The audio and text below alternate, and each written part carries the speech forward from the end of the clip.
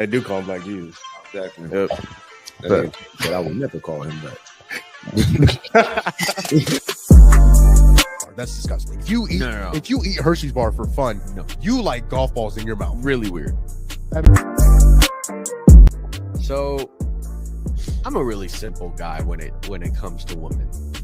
What is wrong with you? I ask myself that every day.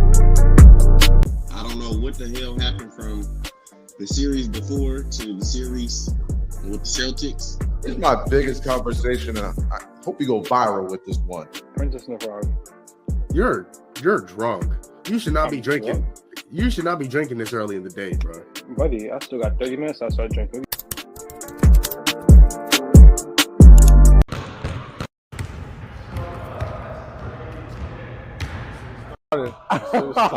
Yo. Should have started. Did you get that? Did you get Yeah, hey, I'm leaving that in the video, bro. I'm leaving that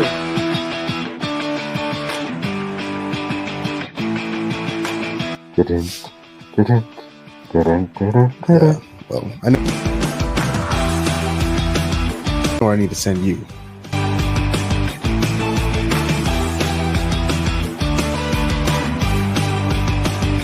Hey, where's my camera?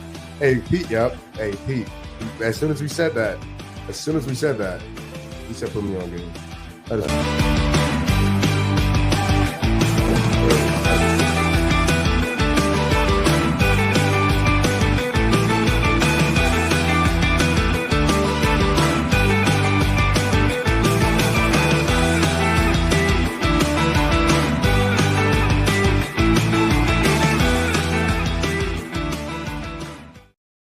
Welcome into your favorite show, your favorite podcast, the Gumball Sports Machine Podcast, the show in which we love, we laugh, we hug, we cry, we smile, and most importantly, we are positive. And of course, I do not do the show on my own. The ship does not run on my own fuel. There's more parts to this. One of those parts is my guy, my dog, my boy, David Largo, aka D-Lo, aka co-host D-Lo, aka Flip Say Less, has arrived in the building. At ease, soldier. D-Lo, how you doing, brother? You looking fantastic, looking sharp. What's up, brother? How's it going? Oh, I'm very good here. Very good. Got my Mercury stuff on, although they've been trash. Got my Suns hat on, although they were trading for bad people nowadays. Very bad people, actually. D-Lo, you looking sharp? Everything's going well? Yeah, man. Let me just spoil this now. We did a wax show yesterday. That'll be coming to you guys very soon. That will be out this week. I did have the drink of the ancestors, and so y'all again. We'll see when that episode airs. But I'm feeling good. Listen, feeling good, playing good. And no, sorry, you look good, you feel good, you play good. That's Speaking. Right. If you look good, you feel good, you play good. We are also joined by my OG, my dog, my unk, and the man we call the Generalizer. Welcome back. Triple OG Tone has arrived in the building. What's happening, fellas? Long time. Oh, my goodness. OG, it is great to see you, brother. How are you? Yes, I'm doing all right. Hey, before we get to chatting and patting, I'm just going to say y'all need to use better verbiage when saying we did a wax show. Just gonna say that. No. Verbiage is 100% correct. You will see. Based on the conversation we had on said wax show yesterday, Tone, the verbiage might be correct. Might be good. Might be good verbiage. Goodness, we did get our special guest on. Y'all will see who that is if you go watch the episode. We did have a very special guest on the WAG show. OG, Tone, it is absolutely fantastic to have you back on the show, brother. My pleasure, man. Good to see my brothers. As always. Now, we're starting off a little different. Okay, Boys, let's talk a little football. Not football. Football. Now, Tone, we've talked about it a little bit here in the past few weeks, but the World Cup is going on, and we are now in the semifinals of the World Cup. France will be taking on. I probably should have this up. I believe they're taking on England. No, Argentina's taking on England, and France is taking on. You'll get there. Who's You'll France? get there. France is taking on The team that Kev wants to win. Spain. That's right. Yeah, there it is. Yeah. France taking on There Spain. you go. Goodness gracious. Golly, you can tell that guy doesn't watch the World Cup. Well, okay, I was watching the game this weekend. Whatever. Shut up, D'Lo. Anyways, D'Lo, when you look at the semifinal matchups and you look at who's remaining, obviously, first of all, this has been a fantastic tournament. This has been an absolutely just entertaining tournament the whole time, through group play, knockout stage, round of 16, round of 8, and then now here we are in the semifinal.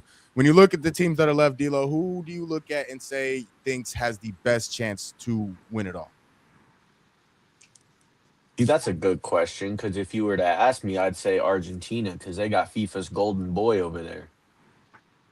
You know, and I feel like that's enough said. But no, I genuinely think that we're gonna get a rematch of the World Cup that happened in 2022. I think we'll get France versus Argentina, and I think that France has just gotten better. Obviously, it's a two-headed race right now between Messi and Mbappe for that golden boot, and I think Mbappe gets his revenge in the World Cup this year. I think that they go all the way. I think he ends up winning the golden boot. And I think, in all honesty, that Spain will be their biggest, like their toughest match. I don't think that when it comes to the World Cup final, if they play Argentina like I think they're going to, I think they're going to come out with a vengeance and they're going to smack them. I genuinely believe it. And so I think that as long as they get past this game versus Spain, they are my World Cup champion. Yeah, Tone, I'd agree with that a lot of the time, because soccer is another one of those games where your stars have to show out. They have to be stars, right? You look at Messi, and I mean, they don't win that game. They don't win any of these games that Argentina, that is. They don't win any of these games if Messi doesn't play the way that he's been playing. Mbappe, now he's had a little bit of help with Dembele, and then Michael Olise has also played some really, really good football over the past few weeks in this tournament. But your stars shine the brightest in these moments. I mean, Tom, when you look at the rest of these teams, how important is it for guys like Mbappe and guys like Messi and guys like Lamine Yamal, who we'll talk about here in a second, for them to really show up and shine the brightest in the moment that needs them the most? I think it's very important. When you just talk about, like Lo kind of nudged that, is the parity of the sport. Messi is one of the guys. He's one of the top, maybe 5 guys that we've, especially in our generation, that we've got a chance to watch. And it would be his time to shine and win another one, possibly. I think I personally got Argentina taking it all. It seems like it's the carpet is being rolled out for him at this very moment, honestly. But who knows? Like Lo said, maybe there will be an upset. But I personally feel like it's Messi's time. What is he, 40 years 30, old? 38. 39, 38? Yeah. Yeah, he won't get too many more opportunities. And on this stage right now, I feel like you've got everybody watching, man. This is you're talking about people that I didn't really watch a lot of football. Cape Verde did their thing, and that's what had me tuned in. Shout out to all my CVs. But it's a perfect timing for him to go out and get one. I do kind of agree with that, especially with them playing England. England they look great. Jude Bellingham looked really, really good against Norway. He had 2 goals, and he scored that one in extra time to help them get over the hump and actually beat Norway. Harry Kane has been up and down throughout the tournament. But Argentina has looked really good. They have Enzo Fernandez in that front line. They have Messi, obviously, in that front line, who both have played very, very well. And obviously, Tony, you mentioned it. Messi, one of the greatest, if not the greatest soccer player of all time, football player, whatever you want to call it, of all time. Of course, that conversation between him, Ronaldinho, in that conversation, whoever your preference, right? But my favorite is France. And that's not not only saying that because Mbappe is my favorite player. He's been my favorite player since 2018. That 2018 World Cup, I was actually in Kenya watching that World Cup, and I was watching it live, and that was like when I first really kind of started getting into soccer. And Mbappe was the first guy to catch my eye when it came to that sport. And so because of that, I've kind of always rooted for Mbappe, and now he's getting another opportunity to go win a World Cup. They won in 2018. They lost to Argentina in extra time, or I'm sorry, in penalty kicks and PKs in 2022. And now there's a pretty decent chance, like D'Lo said, that they meet again in the World Cup final. France, I think, is just the deepest team remaining in the tournament. Again, I mentioned Mbappe. I mentioned Dembele. I mentioned Michael Olise. Those obviously they're big three. That term scares me, but yeah, they're big three, right, for France, and they've showed up and showed out. I think Michael Olise leads the tournament in assists. Mbappe, like D'Lo mentioned, is in that golden boot race between him and Messi. Dembele has had a hat trick already. I saw him score 3 goals within a span of 32 minutes. In one of these, I think in the knockout round or their last group play game or whatever it was. They're the deepest team remaining in the tournament. And because of that, I think they're going to win. Now, do the other teams have a chance? They do. Spain, I'm very up and down about them because their defense has been phenomenal. I'm pretty sure that they allowed their first goal in the round of 8. And the whole tournament. Like, their defense has been really, really good for the whole tournament. Lamine Yamal has been a little disappointing. I was kind of expecting like Mbappe 2018 run, like when Mbappe came into the World Cup, and again at 18 years old, 17, 18 years old, and he absolutely just shined. And he hasn't done that. He hasn't been that. Lamine Yamal hasn't, and he has 1 goal in the tournament. He hasn't looked nearly aggressive. He's had his moments where you can see, okay, this guy is really talented. Like I get the hype. But then he hasn't been able to live up to the hype that was for him coming into the tournament. So that's the biggest thing for me. I do like France. They're my favorite. If I was a betting man, I'd bet on France to win the tournament. But again, some other teams do have a chance. Again, Argentina, I do like them against England, and I do think they will be a rematch, like D'Lo, in the World Cup final. So very excited to see those matchups this weekend. Here's a conversation that I'm so happy Tone is joining us for. Jaylen Brown has been traded to the Philadelphia 76ers. He had his best year of his career, averaging almost 30 points a game. First team All-NBA caliber player. Tone, I do believe he made second team All-NBA. I don't think he made first team, but he probably should have been on that All-NBA first team. I would absolutely admit that. He was phenomenal this year. Again, carried that Celtics team to a number 2 seed in my opinion, without their best player in Jason Tatum, and did eventually end up losing in the first round to the team that traded for him in the Philadelphia 76ers. Tone, we have not gotten your reaction to this Jaylen Brown drama. Even before he got traded, there was always his name was circled around in trade speculation. We tried to trade him for Giannis. That didn't work out. So are we going to keep him and try and run it back? Is there any way that we could keep him? And eventually, obviously, they did end up trading him to the Philadelphia 76ers. But you, Tone, obviously, as the biggest Boston Celtics fan that I know, how do you feel about Jaylen Brown, one, leaving the Celtics and the fit that he will be in Philadelphia with the Sixers? Definitely heartbreaking as a Celtic fan, as a JV fan, because some of us, just basketball fans in general, we don't always love the guys that are every guy on the team that plays for your favorite team. But JB did a lot for the Celtics. He did a lot for the city of Boston in general. Like, he was one of those guys who's outside, is what I guess what we call it right now. He was at all the community centers. He was at the public parks. He was doing donations. Like, he's one of those type of guys who's actually committed to the town that he plays in. I think he'll carry that over to Philly. But being from Boston, it was a pleasure to see a player actually be committed to the town as well. And I feel like the city embraced him. Like a lot of times the town doesn't really embrace people, and all the people that I know, they love Jaylen Brown. That's my niece's favorite player. She was sad to hear that he was getting traded. She was like, no, that's not happening. He's not going anywhere. And but she's upset. She got to meet him twice, I believe, and that was her favorite player. He's just humble. He's passionate about people. and that's something that you love. It's definitely going to be different watching the game, not having a guy who's always ready to go downhill. He you can tell that he loves the game. There's some guys who get that paycheck and they're good, but JB, he's always working on his craft. He was always getting better since the day we drafted him. It'll be tough to watch the Celtics without him.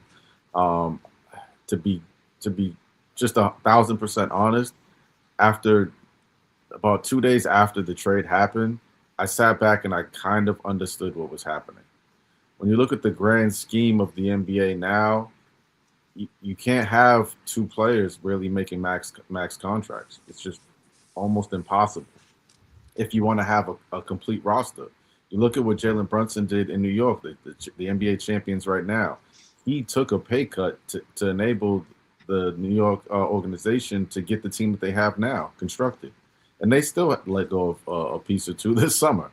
Yeah. Actually, Mitchell Robinson is now a Celtic. You know what I'm saying? I'm sure you guys heard about what's going on with Wemby right now. It's not really fathomable for a team to have two max players. JB was going to make $180 million over the next 3 years. That's tough. And then you're looking at him signing for, I believe, $70 million on an extension if he wanted to. That's just a lot of money to offer anybody at this point. I will say that I was definitely confused. It was painful. It reminded me of the Isaiah Thomas situation. Again, you put in so much effort and you watch somebody be emotional about your city, and to lose that player, you wonder if the rest of the team is going to be emotionally intact after that. I do think Jason Tatum is a leader. I do think that we have a strong foundation in Boston. I look at the team, and I think that we're still very well constructed. I mean, getting Jason Tatum back and the pieces that I feel like developed last year with Jaylen Brown, I feel like we have a better roster now, as odd as that may sound. I think we have a better roster, but I don't know if we're going to have the same amount of leadership, which is tough, because I feel like JB brings something to the locker room that I haven't seen Jason Tatum bring. I feel like he's a leader on the court, but sometimes conversations need to be had. Sometimes people need to be pushed. And so I guess we will see. As far as him being a Philadelphia 76er, as odd as it may sound, I was once a 76er fan. Allen Iverson was my favorite player. He's my GOAT. You know, I do think Jordan is the GOAT, but Allen Iverson is my GOAT. He's the player that I once saw myself trying to be, yada, yada, yada. You know, like AI was my guy. I got Sixers jerseys. But it'll be tough. We're going to play against him. I'm sure I'll be watching more Philly games than I have in the past 10 years. But it'll be exciting to see him in a new role. It also, and I know I'm going on and going on, but it's going to be interesting to me because JB wanted to be the guy. That was the narrative that we heard through the media. Is JB wanted to be the guy, and with Tatum coming back, it ruffled feathers. I think some of that is pushed by the media and wasn't necessarily a thing inside of that locker room. Honestly, if I'm just telling my truth, because I feel like they were able to eliminate that by winning a championship, and we had heard that for the previous 7 years. It was the same exact story, and then they won, got it done, and then they tried to drag that back up into the light. But I feel like they were able to both sacrifice enough to win a championship. It's going to be interesting to me that if that is the truth, I don't believe it's the truth, but if that is the truth, how he operates in the Sixers organization, because you have Embiid, and if healthy, he's shooting the ball 20 times. You have Maxey, who likely shooting the ball 20 times, and you now have VJ Edgecombe, who is growing in that Sixers uniform. He's becoming one of the guys who's going to shoot the ball 15 times at least, I'd assume. Where does JB fit?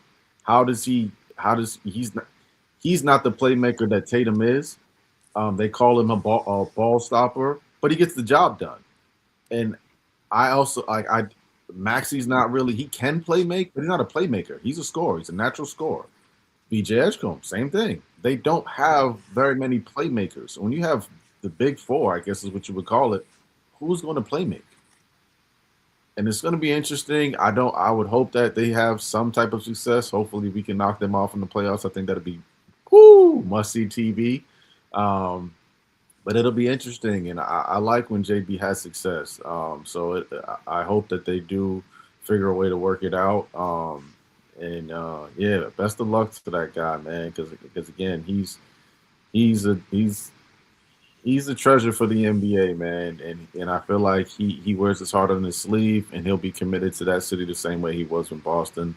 But it'll be interesting to see at both teams, us without him, and what he does in Philly.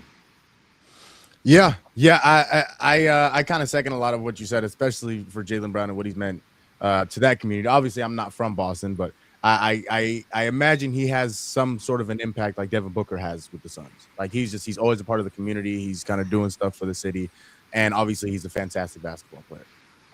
So real quick, D'Lo, before we get your thoughts, Papa Dano's in the chat. He said he'd like to see Messi win, but he thinks France will win it all. So I think that's kind of most people's. Actually, you know what? It's kind of been 50-50 in terms of wanting Argentina to win, but. D'Lo, your reaction to Jaylen Brown getting traded? Obviously, again, we talked about the drama a little bit surrounding Jaylen Brown and the Boston Celtics.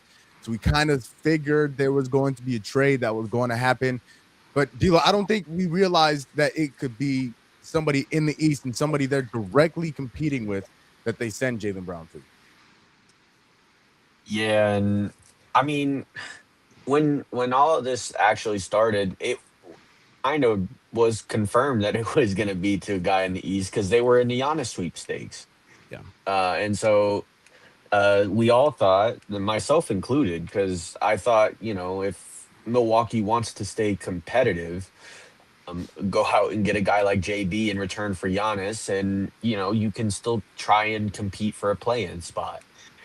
And if that was their ultimate goal, I feel like they would have taken that deal because I feel like Jaylen Brown is enough to get you there. We saw what he did, obviously, in Boston with Celtics roster without Jason Tatum. Now, obviously, that Celtics roster is 20 million times better than this Bucks roster because they were awful.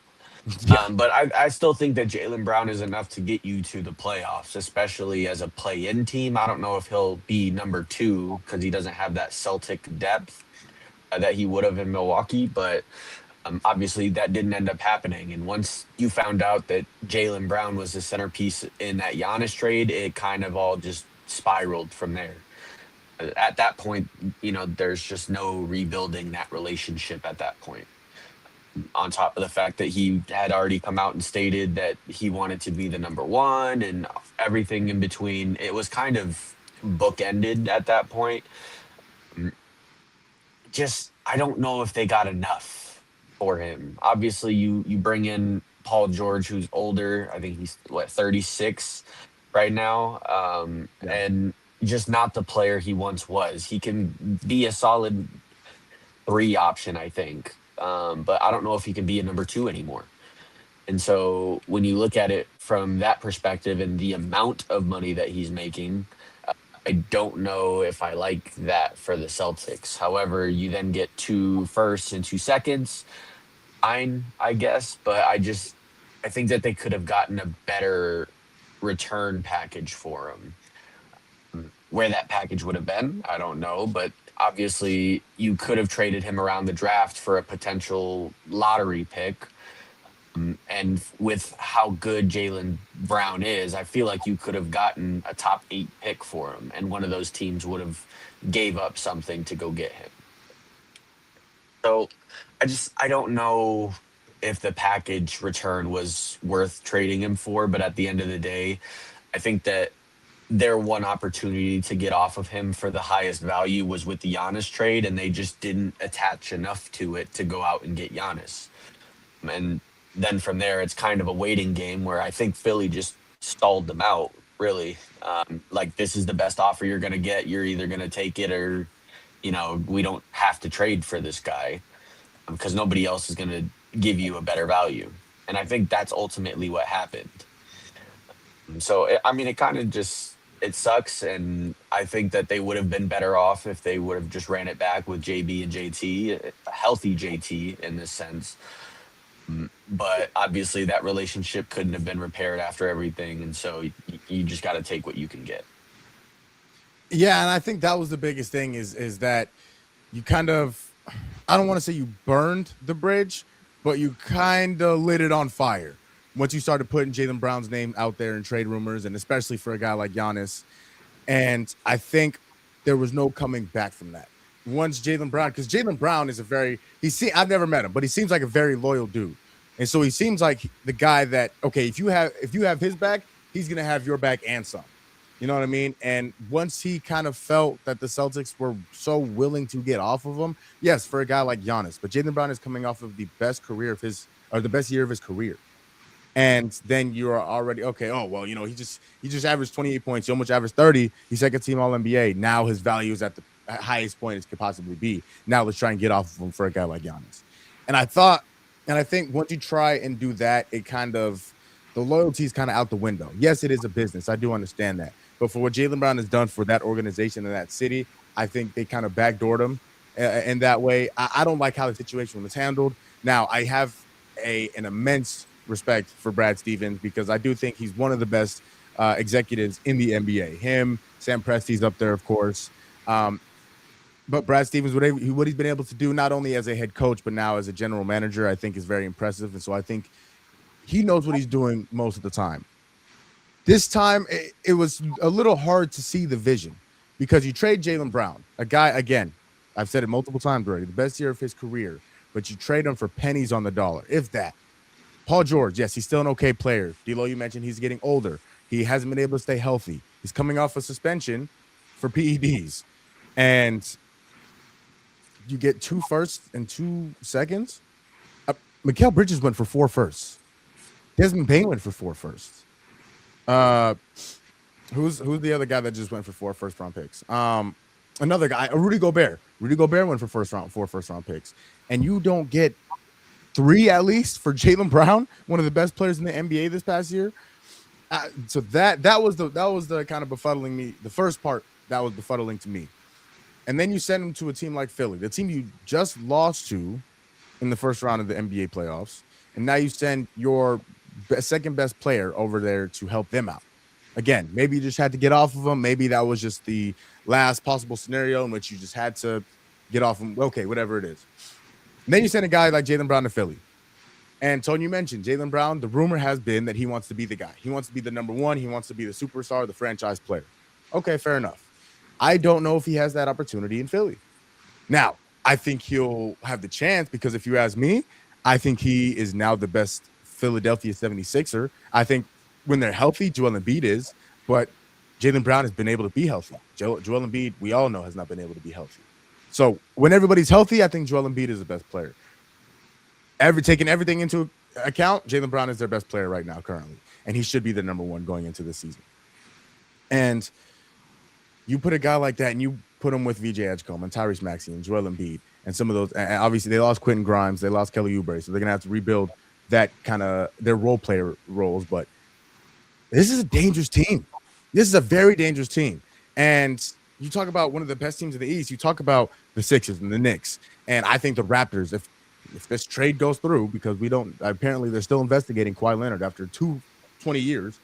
But and if that trade goes through, so if the Kawhi on the Raptors, the East is going to be very tough. And so for them to go get a guy like Jaylen Brown to upgrade the roster even more, I think is very, very important.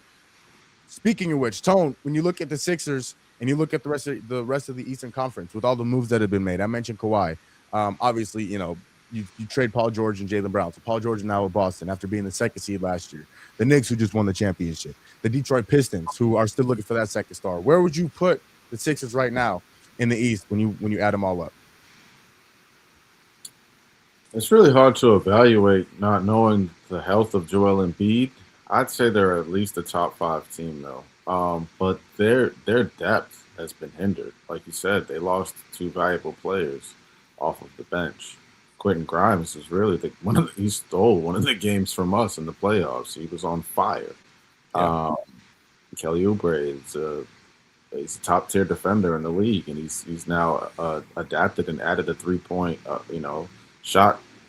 It's tough. I do think JB will will be the best player on that team.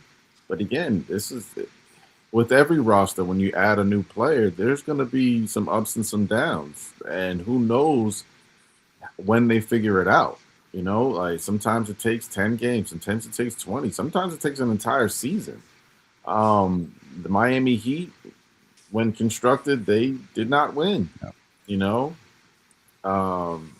it'll be tough. And again, I don't think they have the playmaker yet. They have to figure out who's going to be doing the playmaking and make that sacrifice that I feel like Jason Tatum made it when it was the duel between those guys. Jason Tatum was much more of a playmaker, and the latter years of their 7-year, 8-year tenure. I just don't know who's going to be the playmaker, but I just blindfolded, I'd say top 5, top 6 seed. I think they'll be in the playoffs and not the play-in. But you're leaving out one team. I left out Miami. Okay. I left out Miami.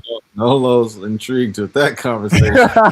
I definitely did. I forget. That was another move. I as soon I was like, I left out Miami because that's another team that's going to be in there. Yeah, I do want to add, this isn't the first time that we've seen Jaylen Brown's name brought up in trades. The Boston Celtics about 4 years ago were thinking about going for Kevin Durant. And so it's as odd as it may sound, Jaylen Brown has gone through this. And I think that, job well done. The media, especially knowing that there's a lot of New York guys, they did their job. They pushed the narrative that the Celtics didn't feel like they could coexist.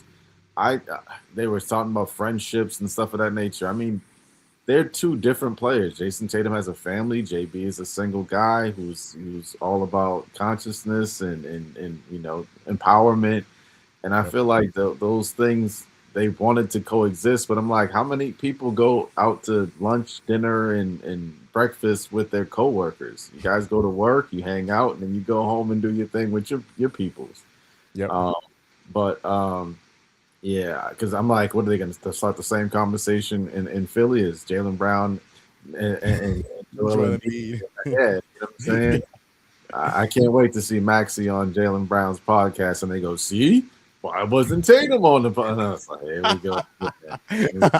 The first thing, but nah, man, I'm sure those dudes got love for each other, and I can't wait for those games, man. Those are going to be matchups. You've seen a little taste of that in the All-Star game a couple of years ago. It's going to be interesting. D'Lo, let's look on the other side of things. You look at the Celtics. They trade Jaylen Brown, and you bring in Paul George, and obviously a bunch of draft capital. But in terms of this season, now you have Paul George, and you still have your guys around you. You have your Derek Whites, and you bring in the Mitchell Robinson now, and why can I not think? The young guys, Hugo Gonzalez, Jordan Walsh, the Harper. guys that you bring in, Ron Harper Jr. Luka Garza, who I really hope gets more PT because I'm a big fan of his game. When you look at the Celtics now, where would you put them in these? Again, Jason Tatum, to me, at his best, I think is a top 5 player in the NBA. Can he be at best? Will he be at his best this season? And if he is, where would you put the Celtics in terms of the East? It's rough because especially coming off of the Achilles, at least from what we saw last year, he looked good, but he also looked timid at the same time. And obviously he sat out that game 7 because of the calf strain. He was worried about it. And ultimately, I think that's the smartest decision that he could have made because obviously we know what happens when you play with a calf strain, that increased chance of rupturing that Achilles, and then you're out for the whole next season. And I don't think that's something that he would have wanted to go through again. So I think that he'll be back. He'll be actually ready this time. And I think that he will go back to being the player that he was. Is it enough? I don't know. I genuinely don't. And I like the team in Boston. I think that they have enough depth around him to where they can be really good. But again, come playoff time, I just don't know if it'll be enough. Obviously, you have the defending champs in New York, who I think will still be as good as they were, even though they did lose some key contributors.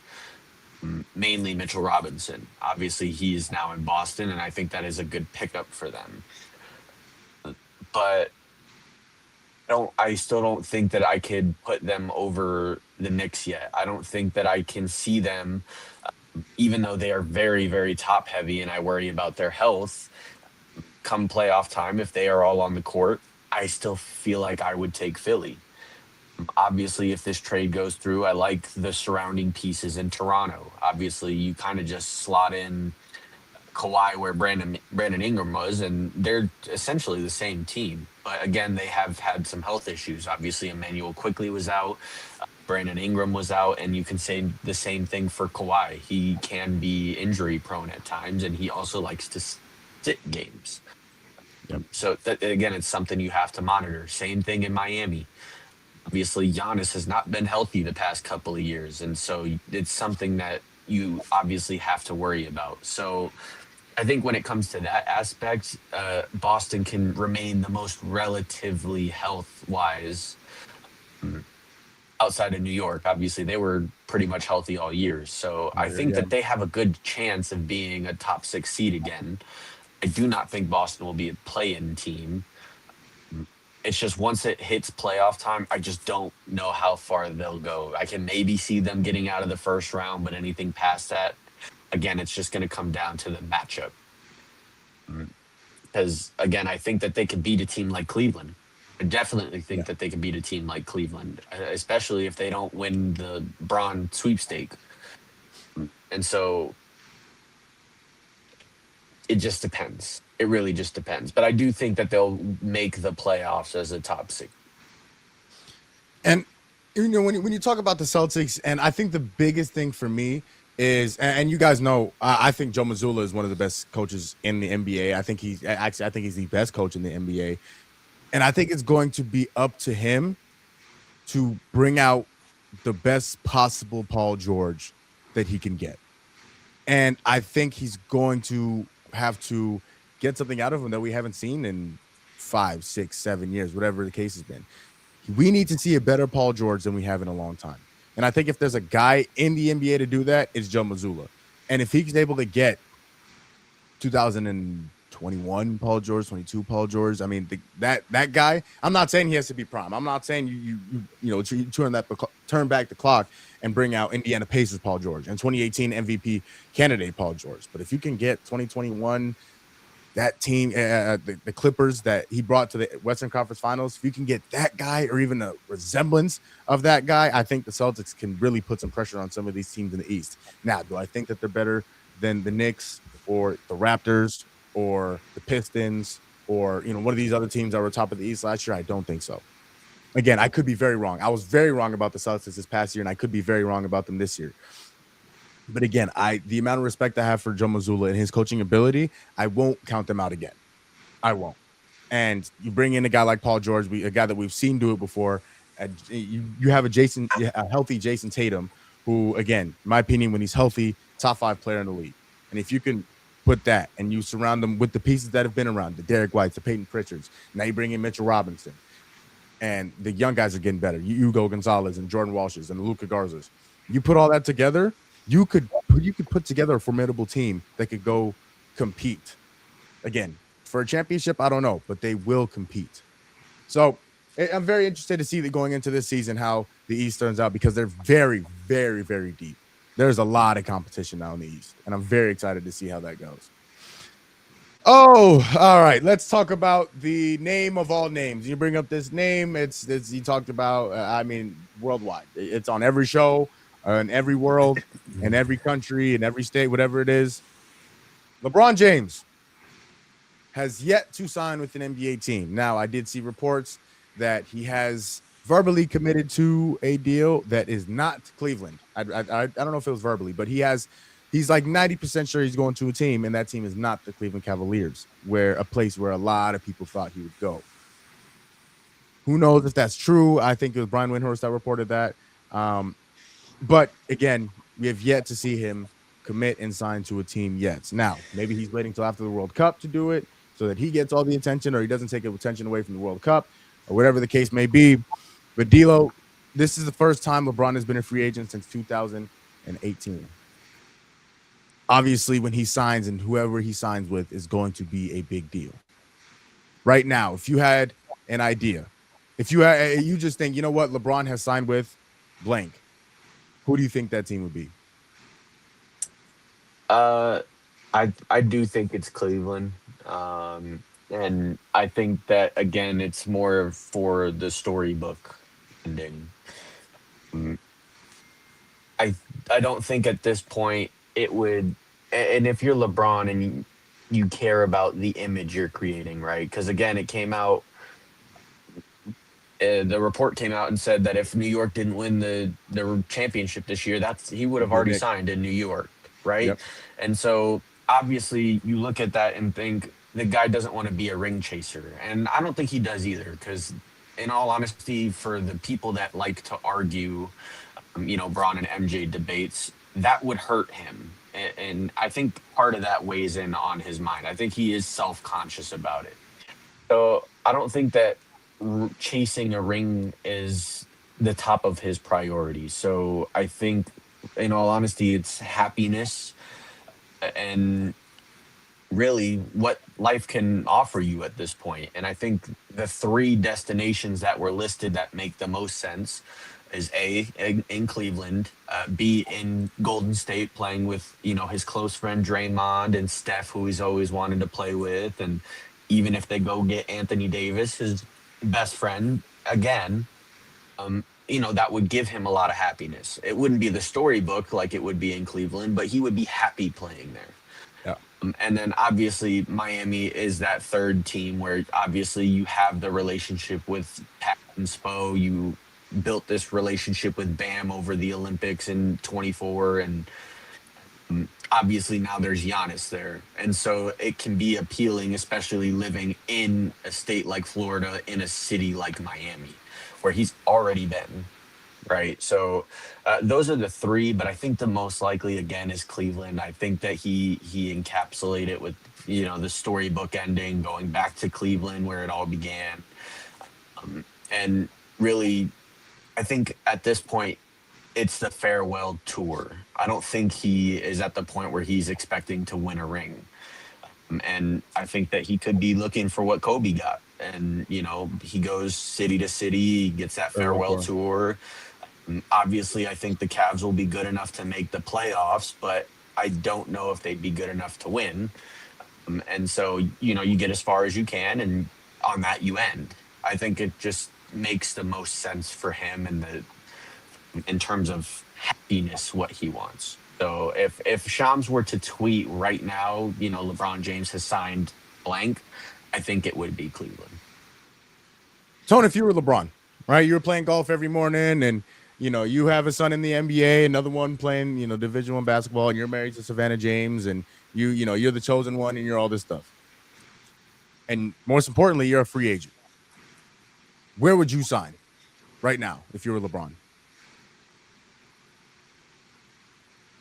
I probably would go to Golden State, because when I think about legacy moments,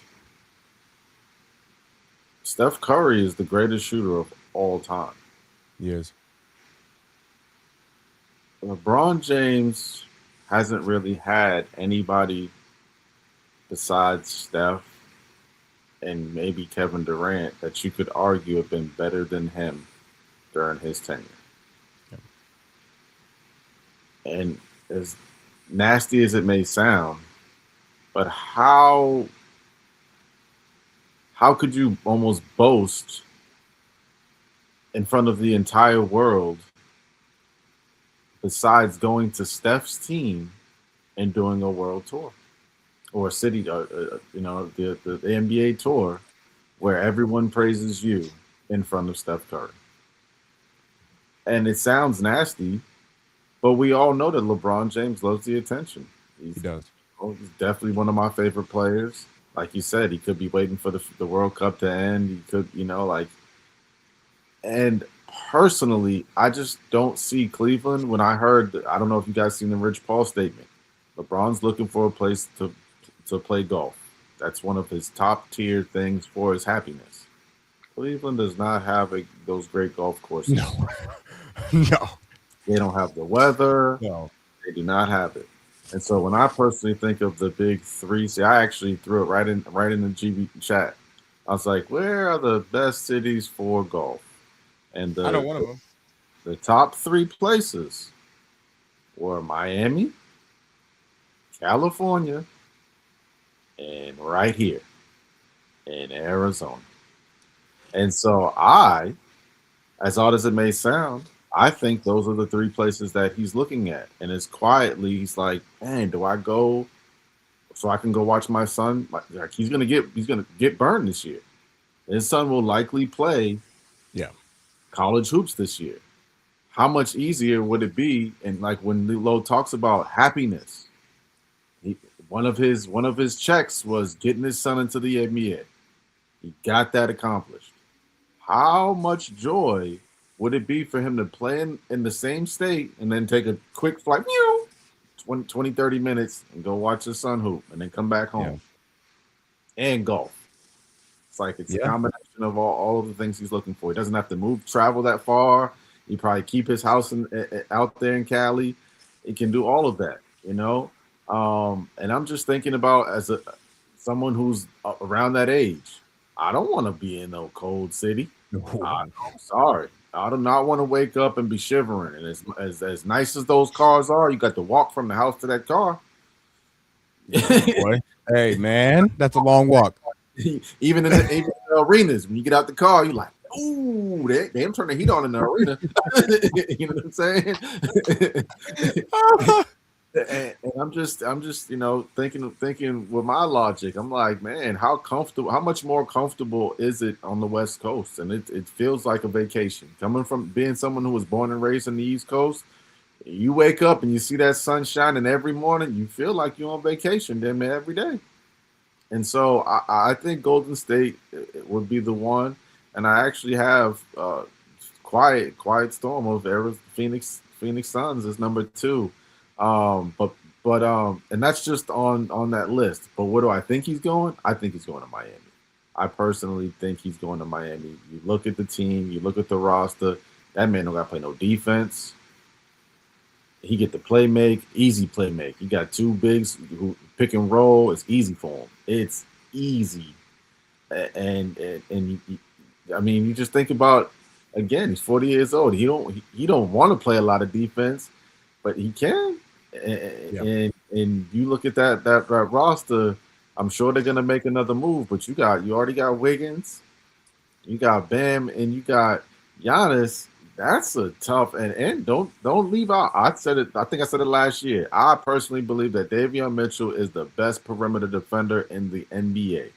I do. I think he can get up. I seen him doing it when he was in Sacramento. I was like, yo, that dude, he played a different type of defense. He can sit down. He can sit down in the chair. Yep. And when you look at that lineup, I'm like, man, that's a team that is built for the playoffs. They just got to figure out how to score more than the other team, which I feel like when you got LeBron James on your team and you got a guy like Giannis who's willing to die for a bucket, you know, hurt, not hurt, he gonna go for that bucket. It sounds nice, and he's been there before. He's familiar with that organization. I'm sure if he has a good conversation with Pat and tells him, man, I just want one last run, it could happen. And it'll be dope to see that on the East Coast, man. The power, the pendulum swing back to the East Coast, and it'll be good to see Lowe happy. You know, Lowe hasn't been happy. It would be. In a while, you know, and it's tough because y'all teams was always, you know, good, and after the whole Jimmy saga, you know, it wasn't looking so bright. I was in a pit of despair, and now we're back. I was there with you, brother. I was there with you. You know what I'm saying? Yeah, you had Bradley Beal. Yeah, I couldn't. Yeah, listen, I was the king of despair. You know what I mean, with Bradley Beal on my team. You know what I'm saying? I know. All right. How does he get paid? Real quick, not to sidetrack, but how does he get paid now? Because he's a free agent, and he could end up on those teams. Usually, guys like that, they put on a ski mask and they have a firearm. So they usually go. Oh, that's it. That's how they pick up their checks. So And he's been attached to all of those teams that LeBron is attached to, in particular Miami. Miami's wanted Bradley Beal for, even when he was in Washington, there were talks of trading for him. That would be a spectacular fit when you look at the think so? Yeah, he can't play anymore, Tom. All you got to do is stand there and shoot. That's all he got to do. Yeah, he doesn't have to score.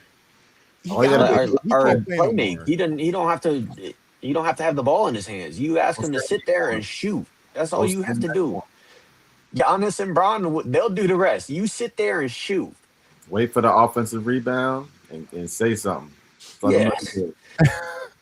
Yeah, I guess. I don't know.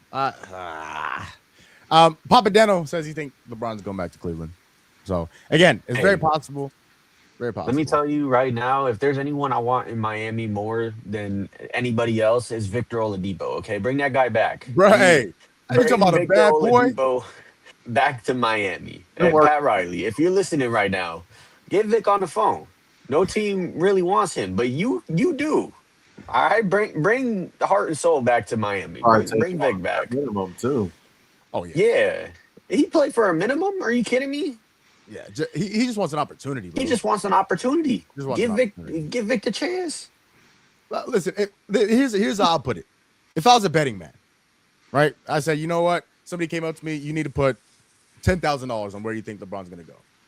I'd say Golden State. That's where I'd put my money on. I'd say Golden State for convenience. You stay in the state of California. You stay close to your family. You stay in decent weather. You get to play with Steph Curry. Again, the team around you is not horrible. Again, I'm sure they're going to bring back Draymond Green. You still have Steph. Porzingis, if he can stay healthy. Like, you still have a formidable team. But where I think he should go is Miami. I'm with you, Tom. I think that is the best fit for him in terms of basketball, right? If you're talking about everything else, it'd be far away from his family. He'd be on the other side of the country. It is hot, but there's a lot of golf courses, beautiful golf courses in Florida. But that is the best fit for LeBron. When you talk about, you just slide a guy in and he'd fit like a corner puzzle piece. You know what I'm saying? Like that was, again, I had to choose my words very carefully. That was crazy. I choose my words very carefully. I try to save myself.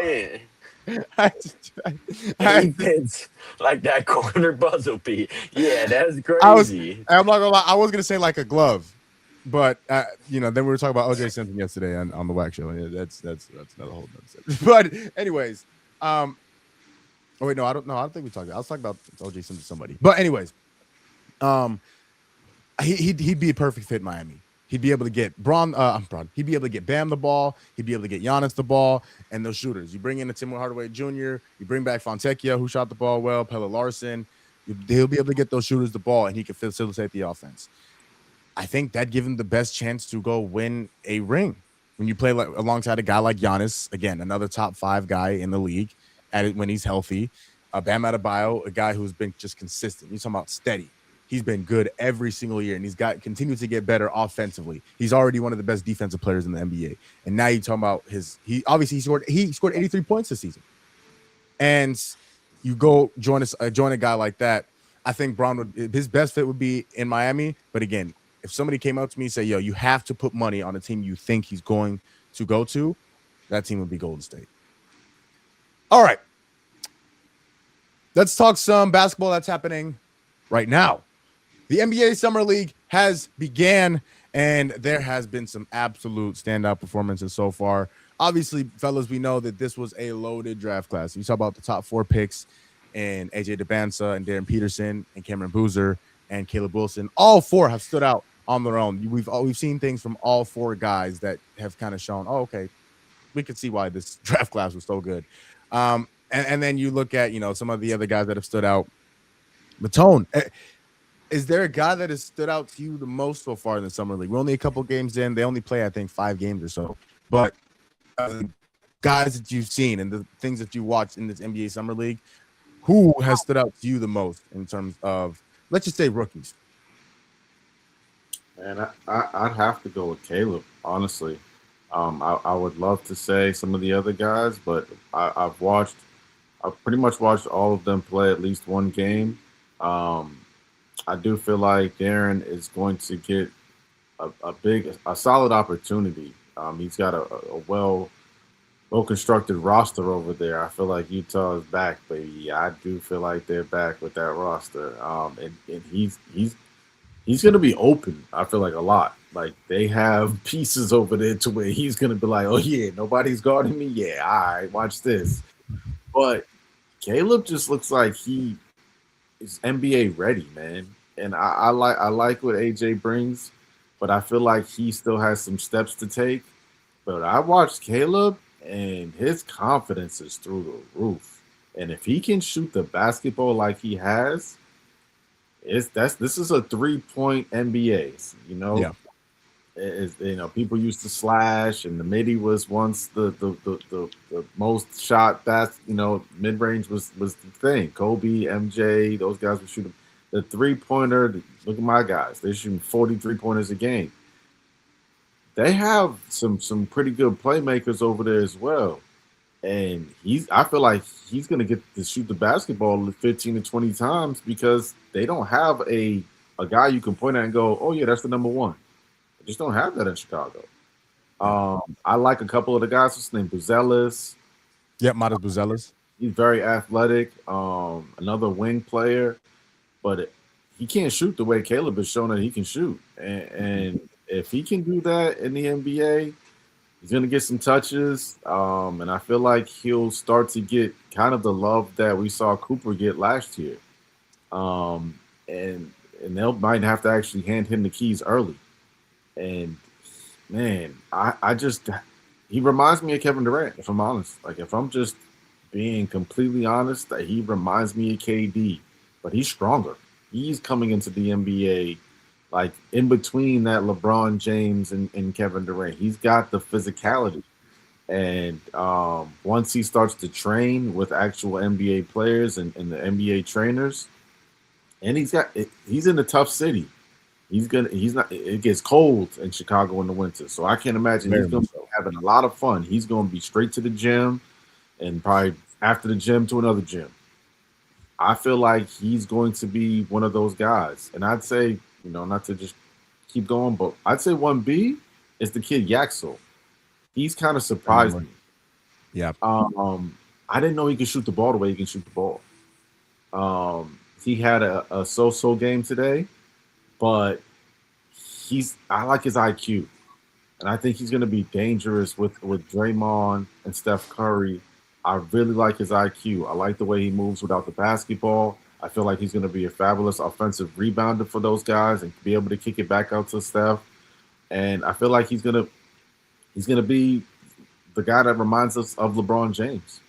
Of course, LeBron those are huge shoes to fill. But I feel like he has a LeBron style game. And if you have that as your maybe third, fourth option on a team, that you can't really double him because again, you're leaving a guy like Steph, you're leaving a guy who's got IQ like Draymond, you're leaving somebody open who can get a bucket. I'd say he's the 1B for me. D'Lo, when you look at the guys that have played in Summer League so far, again, those top 4 picks, Tone talked about Yaxel Lendeborg, who we watched a lot of in the tournament this past year, of course, them being the champions. Is there a guy that stood out to you so far in terms of this rookie class? And have they lived up to the hype? Yeah, I mean, it's hard not to start with those top 4 picks. Obviously, AJ and the debut that he had. Darren Peterson has been really good scoring the ball, although if he is going to be their primary ball handler, he has to cut down on the turnovers for one. Yep. And 2, he's got to be better defensively. He's had a lot of fouls, stupid fouls. So, but I mean, offensively, we knew he would come in and be an immediate difference maker. He is a shot maker, shot creator. He's really good at it. And I don't know if y'all have been watching. His floater game is elite. He reminds me a lot of Tyrese Maxey in a way. So I think he'll be really good from the jump. Cameron Boozer has really surprised me, obviously, because in college he was a very, bully ball. Let me get to my spots, but he sort of realized that he's not going to be the best physically in the league, and he's starting to develop, the hezzy pull. He's shooting the ball, especially the 3-pointer. And that was what I wanted to see out of him. And could he transition into being that kind of player? Because he's not always going to win that physicality matchup, right? And so he's shown that, which is really good. And then obviously Kayla, God, and I said this before the draft, he could have been picked before Cameron Boozer. And I thought that, again, him being injured for that March Madness run was really what killed him outside of the top 3, because I think that he could be the best prospect of all of them.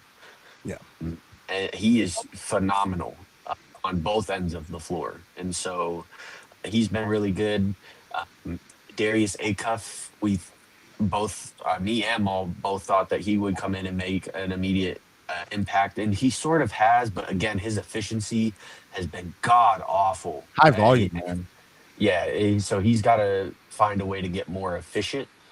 But I think he'll find his way. He'll work through the ups and downs, especially in Sacramento of all places. I think he'll be fine. And I was going to say Yaxel, he's been really good. And I think once he gets to Golden State, he won't have to be the primary guy. And I think that will also help him a lot. But y'all are going to hate me for it. It's my guy, Ryan. That second round pick. Oh, my Lord. He got a clip, boy. He's got a clip. And I didn't know he had game like that. I wasn't tapped in. He can shoot me absolute lights out of that thing. And he's a lefty that is forced to play with his right hand, because if you are a right-handed player that's forced to play with his left, because if you watch him, he's more comfortable holding the ball in his right hand. Yeah. Not dribbling, passing, all of that he does with his right hand. The only thing he does with his left is shoot. And so I think that's a valuable asset, because as we all know, especially come playoff time, they will hound you for things like that. So I like that he's already comfortable doing that. And I think that he's a guy that you can immediately plug in that bench unit, and he can be an immediate impact as a shooter, which we all know Miami needs. Miami needs shooters around Giannis and Bam for them to be successful. And he is a guy that you can plug right in and he'll have an immediate impact. So I think my guy has been the most impressive so far, strictly just for the scenario, the situation that's around him. And he's showing all of this as the primary guy. And you then plug him in that bench unit, and you allow him to space the floor and not be the primary ball handler. I think he could have an immediate impact on this team. I'll go ahead and say it. I'll take the cliche answer. Oh, you're boring. Oh, of course you're going to take. AJ DeBanza looks fantastic. Boring. AJ looks phenomenal. Hey, listen. You call me boring. He looks phenomenal. Boys, cool. He can legitimately lead the league in scoring within the next 5 years. That's how talented he is. He can legitimately lead the league in scoring. He just makes it look so easy. He's a 3-level scorer. There is nowhere on the floor he cannot score the basketball. It doesn't matter who's defending him. If he's long and lanky, or if he's big and muscly, or if he's or small and quick. It doesn't matter the type of defender that's guarding him. He's going to get to a spot, and all you can do is hope he misses. He scores the ball effortlessly. And that 27 points he could have had more. Easily could have had more. And the effortlessness in which he scores the basketball, the efficiency in which he scores the basketball, and the effectiveness in which he moves off the ball and can play without the ball is absolutely impressive to me. And that was my biggest takeaway from him, just because he's just out there playing basketball. Now imagine when you get into training camp and you get into preseason, and now there's sets ran for you, and now there's screens, and then there's legitimate actions being made for you. and now you go out there and just go play basketball and put the ball in the bucket, he can easily lead the league in scoring within the next 5 years. He is so immensely talented. Darren Peterson has looked good offensively. Defensively, he's going to have to get better. Like you said, D-Lo, the fouling is unbelievable. 9 fouls in one game. Yes, I understand. In summer league, you get 10 fouls before you foul out. You shouldn't have to use all 10 fouls. That should never be the case. I don't care what level of basketball you're playing. You should not have to use 10 fouls or 9 fouls. I guess he didn't foul out, but yeah, he has done a very good job playmaking. He can obviously score, as we knew very well. Caleb Wilson, I mean, who knew he could shoot the ball like that? He's 7 of 11 from the field or from 3. I believe he shot like 12 of 18 from the field. Like, he was ridiculously efficient. He put points on the board. I saw a ridiculous block he had. I think it was today or maybe yesterday. So you see the athleticism that he brings along with his play style. That's something that Chicago hasn't had in a long time. And I mentioned it before. This is a Derrick Rose-esque type of hype around Caleb Wilson in terms of, okay, you know what? We have something to be excited about now. If we're the Bulls and if we're the city of Chicago, we have something to be excited. This Caleb Wilson kid can play. And he probably shouldn't even fell to us. And now that we got him, we have to build around him. We have to support him. This has to be our guy. This has to be our 2020s Derrick Rose.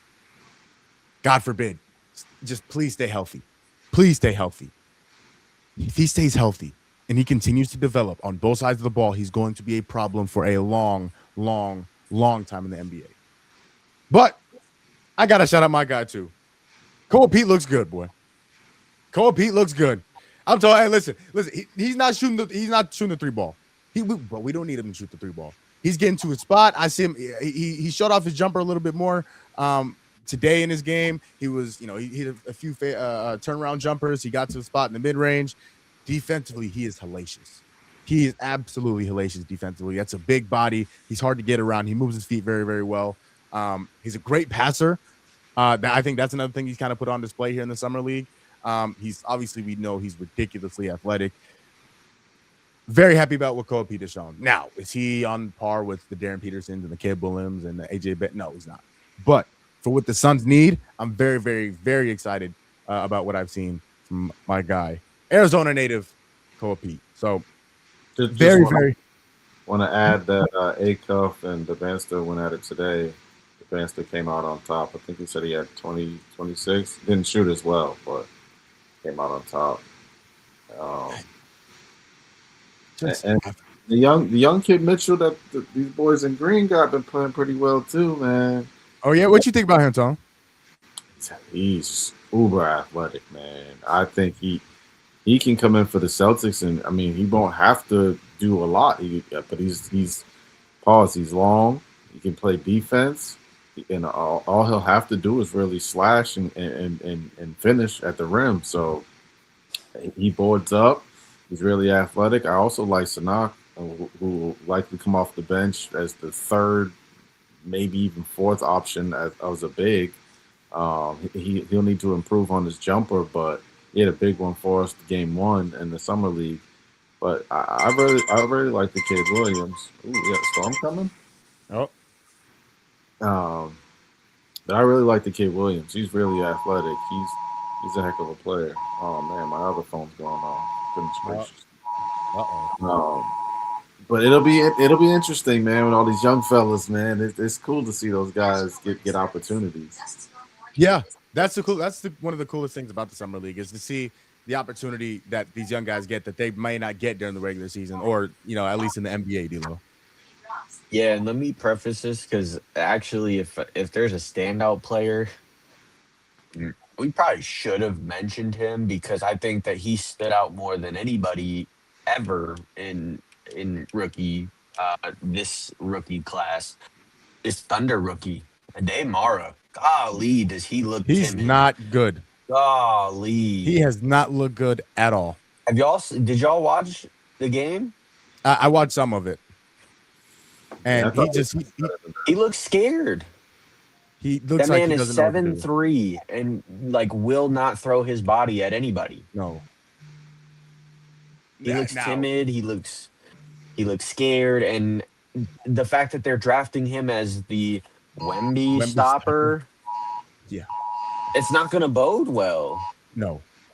He's going to have to figure it out because we're talking about Figure out fast. standout. They drafted him to be the Hartenstein replacement. I'm gonna say he's gonna have to work out with somebody. And you already got Chet, who is very, very timid. Yes. You had another one. Ooh, How you guys like that kid from that's out there in LA? I can't remember his name. Oh, Keaton Wagler? Yeah. He could play. I think he just had a rough debut game. I don't think that's a accurate representation of what he'll give them. No. I think he'll be fine. He brings a lot. He brings a lot to his game. He can handle the ball. He can facilitate. He has a knockdown jumper. I mean, he can shoot the heck out of the ball. But he's got to put some weight on. That's number one. He's still a kid. He has to put some weight on. Now, again, is he gonna look great in his rookie year? I don't think he's gonna look that great in his rookie year. He may not even get on the floor very much. But again, Darius Garland is over there still, so we'll see. But he can play, and he's going to be a player in the league. But again, he's got to get bigger, he's got to get stronger, and he's got to get better defensively. And I hope that with him getting bigger and stronger, that helps him defensively. But offensively, he's not going to have any problems. He's good. He can do all of it offensively, for sure. So, all right. Deno, I'm glad you brought this up. You said, anyone have any thoughts on Conor McGregor's 69 seconds appearance last night in UFC fight in Las Vegas against Max Holloway? Boy, did a lot of people not get their money worth for them tickets. I cannot agree more.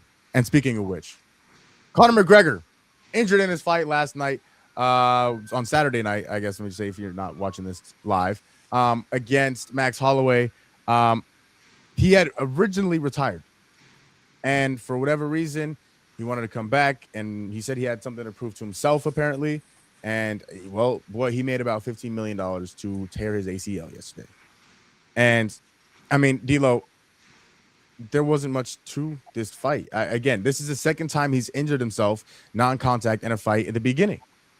And he's getting older, and he's 37, and I think by the time he recovers from his ACL, he's going to be 38, going on 39. It's time to hang him up, right? He's got to be done.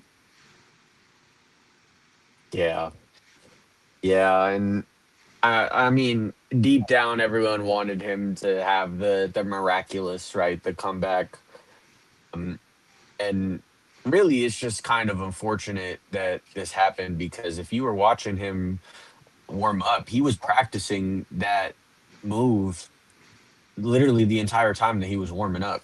Yep. And he felt fine, obviously. And then the first time that he goes for it, blows his knee out. And I don't think that that's really his fault, right? I mean, he thought that it would be effective in the fight, and it just happened to not go his way. That's just how things happen sometimes. So for everyone saying that they should get their money back, I don't believe that. Things happen. You know that this could happen, and you sign up for it anyway. That it's just how it happens. If obviously in the way that it happened, you're kind of upset because you would have preferred to just have a first round knockout instead of the submission. But I mean, what are you gonna do? This is a contact sport that we're talking about, and these things happen, and at the end of the day, you should know that this happens. And if it does, you can't scream that it's rigged and they stole your money. You just can't do that. So and from that perspective, I don't think that they did anything wrong. I do think it's time for Conor McGregor to hang up the towel, dude. I don't think that he should have came back in the first place. Because at this point, I don't really know if he has anything left to prove. I mean, his peak was an all-time peak. And I don't really think that you need to prove that. So I don't really know what he was thinking outside of the money, obviously. It's a lot of money. But, yeah, I think it's time for him to hang it up. Tone, no way Conor McGregor comes back from this. I mean, that has to be the last time we see him in the Pentagon. right? I sure think and hope so. I think alongside of the money that Lowe's speaking to, sometimes when you kind of grow up doing the same thing for your entire life, there's a realization that you're battling with. And then when you see younger dudes accomplishing things, you kind of feel like, man, I can do it one more time. I can show the world that I'm still that guy. And the way he went out last time, he just wanted to try to, recreate that energy at least one last time. And it's sad yeah, I'm sure the fans who paid all that money are like, man, this wasn't worth it. But like Lo said, you have to have that expectation of it could be the best fight or it could be the worst. We've watched Floyd fight after 40. We've watched Mike Tyson fight. We've gotten a chance to see some kind of skeptical battles in the past couple of years. Yeah. And we haven't seen Conor in what, 2-3 years? At least. I'll look it up, but it's been a while. longer. And so I don't know. I don't exactly know what people were expecting. And I can tell you this. If I were to go out there and start hooping, if Ma was like, yo, come run in this league, I could tell you I ain't starting. And I can tell you I ain't playing 25 minutes. You know what I'm saying? Be a good 8-9 minutes out there on the court. And I'm like, yeah, somebody come get me. It's that working, Ma. You know what I'm saying? but I also wouldn't be signing up for $15 million.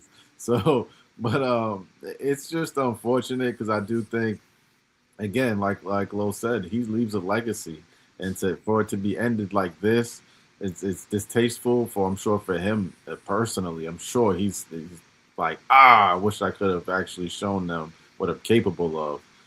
But as well for the fans, man, you pay your hard-earned money. You want to see a good fight, and it ends like that. But like you said, you never know what's going to happen. And I've watched numerous videos since it all was released. And, yeah, you see him practicing, and then you see the actual move that hurt him, and you're like, ooh, yeah, he wasn't faking it. He wasn't faking it. No. That looked like it hurt. Yeah, and that's the knee twist. I mean, immediately. It's classic. Yeah, I mean that's a great point, D'Lo. I mean that's something you see in football all the time. Derrick Rose, Klay Thompson in 2019 when he tore his ACL, you saw him come down and you saw his knee twist and it was done. You never realize how your body's going to react in actual game mode. You know what I'm saying? You can do it. You can try to recreate those situations as much as you want, but in action, once the the whistle blows, you're like, oh, hold on, I didn't know. You find out muscles hurt you ain't even know you had. You know, and that's the thing. I think that's like possibly a case of what happened. Now, real quick, Dano, is Mike Tyson was in the crowd and probably thought, damn, I remember the quick ass fights. And then so the last time that he fought before last night was 2021. So yeah, it's been about 5 years, and that was when he snapped his leg in the ring against Poirier, I believe it was Dustin Poirier. This was a hot sauce match. Yeah. Yep. Because I this was a situation in which, he maybe he wanted to prove something to himself. That's what he said. But I think this was a scenario in which, you know what, I can still do it. I'm in shape. I'm in the best shape of my life. Or no, best shape of my life. That's what they all say, right?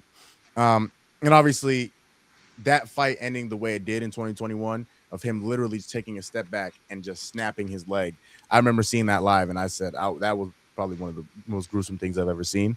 But for him to go out like that, I can imagine that there's something going on in his head saying, I can still do it. I can still do it. I'm not going out like that. I can still do it. I can still do it.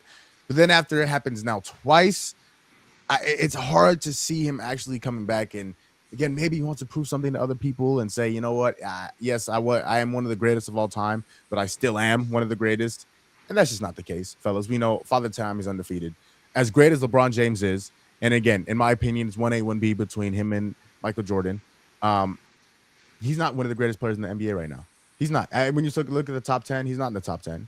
Maybe you could put him in the top 15 somewhere. He's not. So don't do that.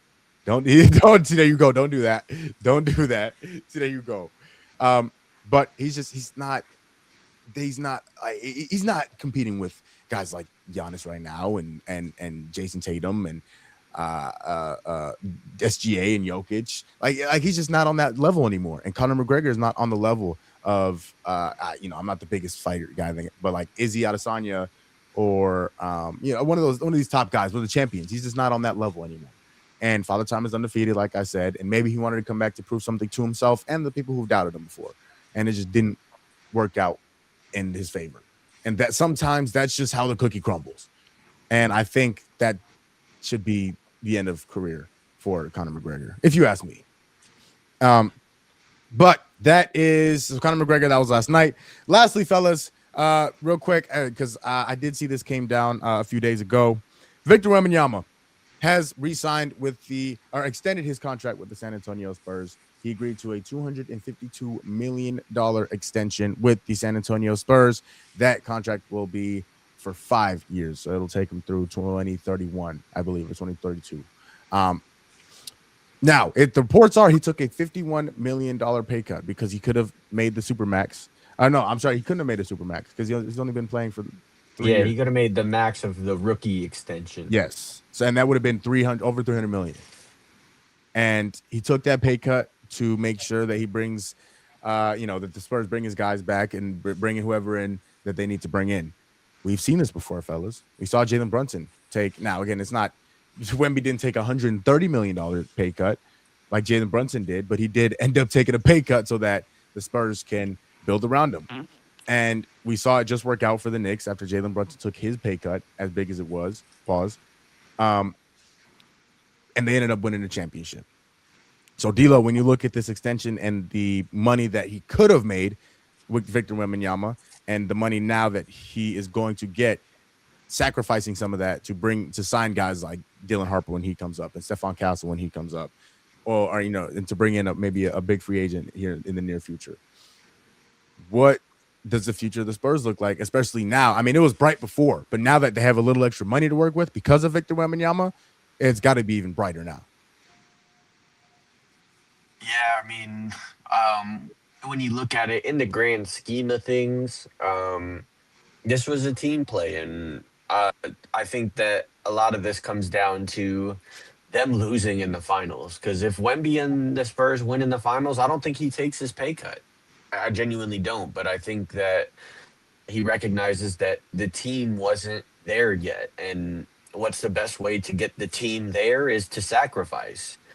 And, when you're making the difference between 300 and 252, obviously that's a big gap, but when you add the million to it, it's really not that bad. Like he's still a multi-millionaire. 50 M's is a lot of money, but when in the grand scheme of how much money you're going to earn over your career, and between endorsements and everything that he's got going on, I think that he's okay sacrificing that money to go out and, for him, attain the ultimate goal of an NBA championship. And so I think for his case that, this is a good move. Obviously, they re-signed Champagne already, who, was fantastic in their playoff run. Yep. And now this gives them flexibility, not only for Dylan Harper, but the guy who is eligible next year, Stephon Castle, who has been phenomenal. And obviously, I and maybe a lot of others think that Dylan Harper will end up being the better of the two. And they should prioritize Dylan Harper because that kid, he can hoop. He can hoop. I think that Stephon Castle is just as important considering what he does on the defensive end. He is their bully ball guy. And I think that if you keep those three together and you can also maybe get them to sacrifice some of that money that they're willing to sacrifice, you can keep this team competitive in the long run. Because as we know, that second apron is not favorable to anybody. And it will guillotine that team at some point. But you're right. So, I mean, this is just step one to avoiding that second apron. And I think that at least for the next, we talk about Wemby, obviously, as long as you have Wemby, you're going to be competitive. But with the team that they have constructed, they will at least be competitive for the next or 6 years at the very minimum. And Tone, I think this was a Wemby decision. I don't think the Spurs came up to Wemby and was like, hey, you know what? We're trying to sign these other guys too. Do you want to take a little bit of a pay cut? I think Wemby. Now, again, Wemby, Jaylen Brunson is not Wemby. I understand Jaylen Brunson just beat the Knicks. Jaylen Brunson just beat the Spurs in the NBA Finals. Now, do I think Jaylen Brunson is better than Victor Wembanyama? Absolutely not. I think there are very few people in the league. I think there are maybe 2 or 3 people in the NBA right now that are possibly better than Victor Wembanyama. But I feel like Jaylen Brunson or Victor Wembanyama saw what Jaylen Brunson did, and he's like, you know what? That just worked out pretty well for them. And if I want a team to go compete for a championship for the next 7, 8 years, whatever the case is, maybe I should follow suit and see what he did and learn from it. This has to be something that Wemby. This had to be a Wemby idea. I wouldn't put it past. I mean, this is something that we've seen in several other sports. Peyton Manning used to do it. Tom Brady has done it a couple times. I feel like Jaylen Brunson is the leader of the pack right now in the NBA. And I feel like Victor Wembanyama is a smart young man. He sees he understands the nature of the game. And if you watch what just happened with the Boston Celtics, that has me hating first aprons, second aprons, kitchen aprons. Like, I'm just upset with all of them. I think that he's like, man, this would be a brilliant idea for myself. I'm sure the fellows will love me. The organization will love me.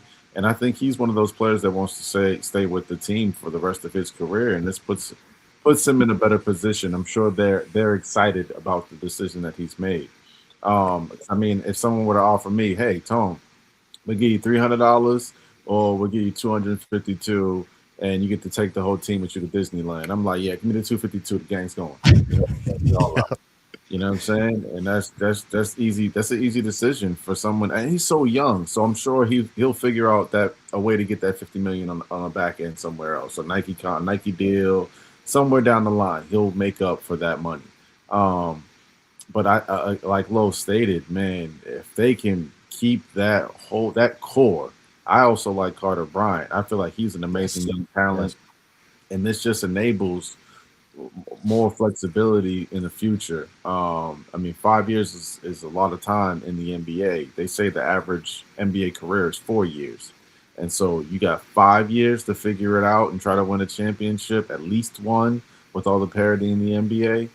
I feel like they're right there on track, man. And he's a smart guy. I feel like the summer that he had last year made him a little bit smarter, taking some time away from social media, away from actual basketball, and just doing, things that he liked and learning from other people about other things, facets of life, has made him a much smarter person. And this just shows it. And it's gonna be amazing basketball on the West Coast too, man. It's gonna be crazy to see Victor really go for it. I'm sure he really wants that MVP this season. Yes.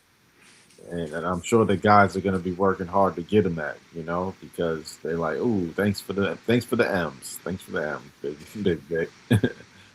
And that's the thing. Like, he's trying to set an example for his team.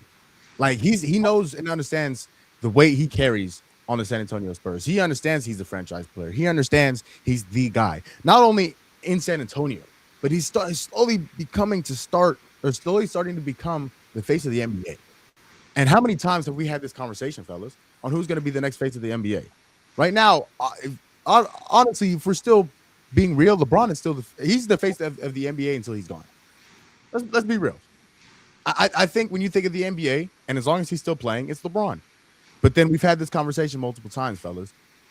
When he's gone, who do you think of when you think about the NBA? And I think Victor Wembanyama will be that guy. And so not only is he setting an example for his team, he's setting an example for the rest of the NBA. I think we might see this a few more times throughout the NBA. Some of these guys coming up, it just kind of depends on the character that they have. But when they see that it's working, right? We talk about it. We talk about it all the time. We talk about it in the NFL. We talk about it in the NBA, even baseball, in the MLB. A lot of these leagues are copycat leagues. So you look at Jaylen Brunson and the New York Knicks. They just won because Jaylen Brunson took a pay cut so that he can build around his team and they can go win a championship. And what did they do? It took them a few years, but they won a championship. Now, is Jalen Brunson going to take that pay cut again? Absolutely not. Absolutely not. He got his finals and his finals MVP. Now you're going to pay that money, the money that man deserves, right? And I'm sorry, not deserves. He's earned. Victor Wembanyama, I think he's going to win 5 or 6 championships within the span of his career. And if he wins one within the next 2 or 3 years, you don't think we'll see AJ DeBanza take a pay cut so that they can build around him? Or Darren Peterson take a pay cut so they can build around him?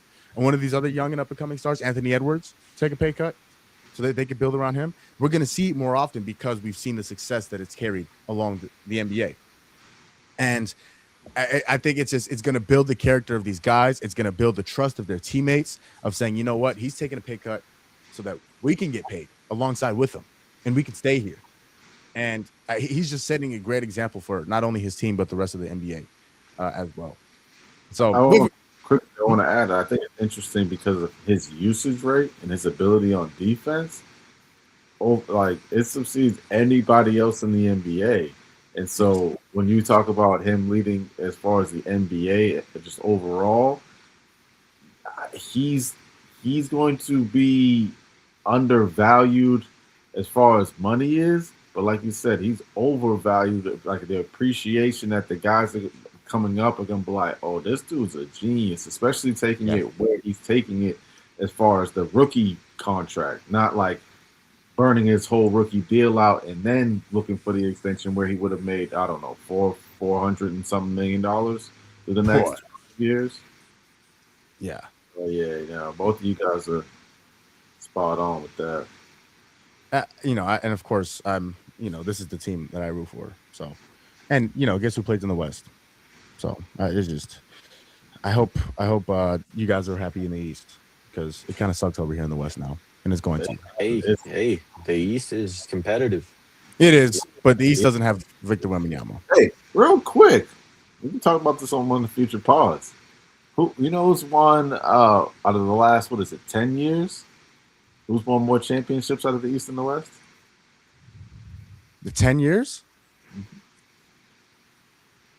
Is it the East? 16 is the East. As much as we talk about how competitive the West is, isn't it interesting that the East keeps winning championships? That's a good point. Wait, hold on. Is it not tied? 16. Hold on. 16 was Cleveland. Is Cleveland. 17 and then was Golden State. Toronto. Toronto. That's the East. And then LA West. Milwaukee East. Golden State West. Denver. 22 was Golden State. Then Denver. Yeah, then Denver. Yeah, that's right. I'm sorry. Yeah, 23. 24 was. And then Boston. And then OKC. Oh, I think it's OKC. Even. Yeah, even. Okay, it's tied. I think it's tied. I think it's 5-5. It might have said like 7 years or something like that. But even 5-5, like how powerful can the West be if they're not winning?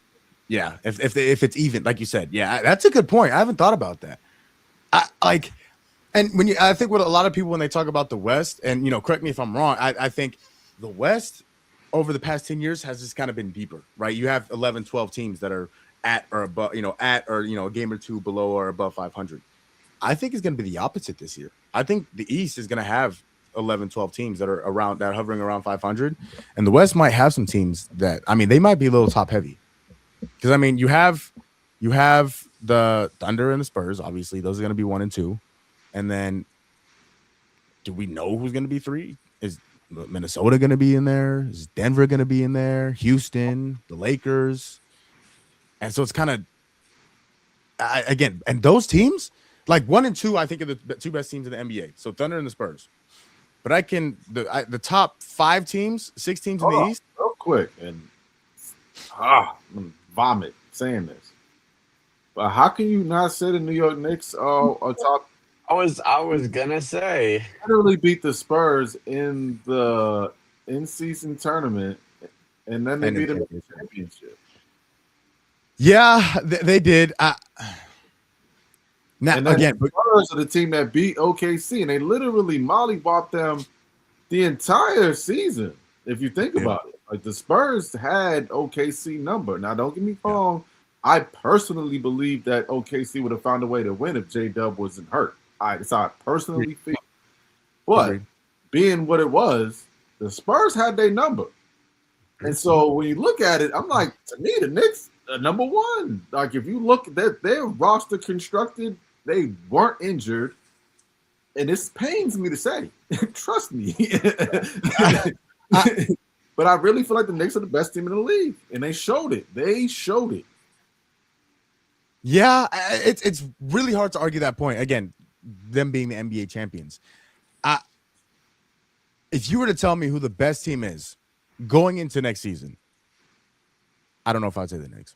As much as I listen, I love Jaylen Brunson because they lost Mitchell, but they picked up Drummond, who And does a lot of what Mitchell does, and now he's hitting the 3-pointer. So I'm like, they might be better off. Hey, what did he shoot this year? Like 38% from three? I was mad. I'm like, why we didn't go get Drummond instead of Mitchell Robinson? We could have saved some money and got a corner shooter. What's wrong with this? He's talking about, Hacker Mitch. Oh, it's coming to Boston, boy. Hacker Mitch coming to Boston. He get run? Huh? He get run? Who, Mitchell? Mitch? Yeah. After all that money he just paid, they just paid him. He might. I think he's the best big they have. I personally believe so too. It's just that Kata did so well for us last year. Yeah, I was gonna say Kata. Kata's good, but Mitchell Robbins, he's really good. Hey, they think he's good enough to not include him in that Giannis package. So yeah. I don't even know who our starting five is, to be honest. They say Peyton Pritchard starting at the 1. I'm like, is he? heck yeah. That out PP, man. Coming off the bench. That out PP. Yeah, let's see, there you go. See, you want to just say it a couple times so that we acknowledge what you're saying. That boy's a bucket. He is definitely a bucket. But that's a small lineup, though. I mean, what? Peyton Pritchard, Derek White, Paul George, Tatum, and Mitchell Robinson. He go out and get you 50, though. That's cool. I don't know if Derek White starts. I think we're going to start Harper, honestly. Really? We paid him. That's interesting. That's extremely interesting. Okay. I'm excited. Obviously, basketball season is a little ways away. We are in July right now, and the basketball season starts in October. So we have about 3 months until basketball season starts. So these conversations will be had all the way going into basketball season. Of course, we have training camp later this month, fellas. NFL training camp is starting later this month, so I'm very, very excited about that. I'll be there. Unfortunately, not as much as we have been in the past few years, but I will be at State Farm Stadium this year for training camp once again, and I'm very, very excited for that because who will not be there is Jacoby. That guy will not be there. He'll be there. It might not be day one, but he'll be there. He'll be there. That's not. Hey, I want Carson Beck to start anyway. Start Carson Beck. Listen, Sid the Sloth is playing quarterback for the Arizona Cardinals. You know what I'm saying? Throw him in there. See what happens. That is going to conclude this episode of Gumball Sports Machine. Thank you all for watching. Shout out Papa Dano, man. He's been in here the whole show. So a lot of love for Papa Dano, as always. If nobody else is going to tell you, as I always say, I will tell you. I love you. You matter, and you have a purpose. Strive for happiness and be grateful for what you do have instead of what you don't. And this is it's been too long. Thankfully, because I've been filling in, but he needs his run back. Tone, would you do me the absolute pleasure? Would you do me the honor? Hey, like, comment, and subscribe to your aunties, cousins, sisters, babies, daddies, brother, too, man. We here every couple days of the week, man. I ain't been around, but I'm back. What Cam Newton say? Well, he's not going to be like Cam Newton because Cam Newton came back. But Tone is going to come back. He's going to come back like Brady. He's going to retire and come back and win a Super Bowl. You know what I'm saying? That's Tone. It was fun, man. I miss my dogs. Man, and boy, D-Lo, I think I can speak for you as well, man. We miss you, though. We miss you. You busy, being a dad and all this stuff. And I know that. It's glad to have you back. Yeah, same for Kyson. He's busy with the kids. Obviously, he's got the newborn, so shout out to Kyson. You really following my footsteps, man. It's my little bro. See, we not gonna shout out Kev because he just don't want to come on here. But Kev just Kev hate us. Kev hates us, bro. God forbid if you need dragging his calves through the mud. I know. Oh, I know. And let me tell you, it's gonna get much worse. We'll be active on here, but if you were to ask any of us, the man who is most active in either of our group chats is that man. It's Kevin. Is that man Kev? It's Kevin. Fire, boy, all by himself too. Sometimes. Yeah, he just be saying things. He be arguing with himself. That'd be having me rolling. So, like my OG said, I could not have said it any better. If you don't mind hitting that like button, tapping that subscribe button, and following us on all of our social medias, whether it's Instagram, TikTok, Twitter. What's the other one? I think that's all of them, and of course YouTube. Which one did I miss? Yeah, of course YouTube. The Wax Show will be out sometime this week. They'll be out very soon. Did I say? Oh, I forgot TikTok. You stupid. Damn. Oh, this is all right. Well, this is an awkward ending. All right, but the one website where you also post clips. That is true. I forgot about that one. So Instagram, TikTok, Twitter, YouTube, of course. If you mind following us on all of those platforms, it'd be much appreciated. We love you all. And for my guy, my boy, my dog, D-Lo, David Largo, David, aka co-host D-Lo, aka Flip, say less, and welcome back. My uncle, my dog, my OG, and the man we call the generalizer, Triple OG Tone, is back for today's episode. And listen, I'm so happy, again, love to have you back, brother. Great to see your face again. And for yours truly, Jamal Gumo, a.k.a. Gumball, a.k.a. Mr. Gumo. It is nice to be important, but it is much more important to be nice. We will see you all very soon.